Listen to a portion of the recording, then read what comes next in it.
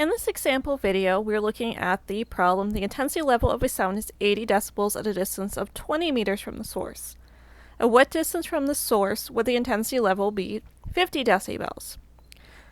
Now we have to be very careful here because we're looking for intensity level and our units here are decibels.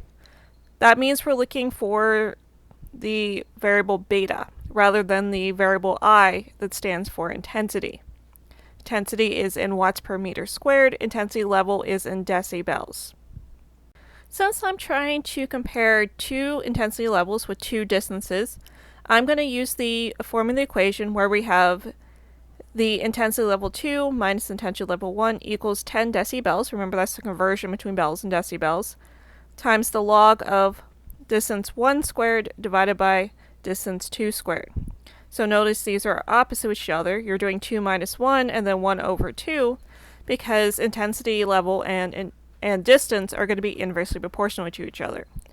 That should conceptually make sense because the further you are from a source, the less loud it is. Alright, so I'm going to plug in my two intensity levels. So we're going to do 50 decibels minus 80 decibels.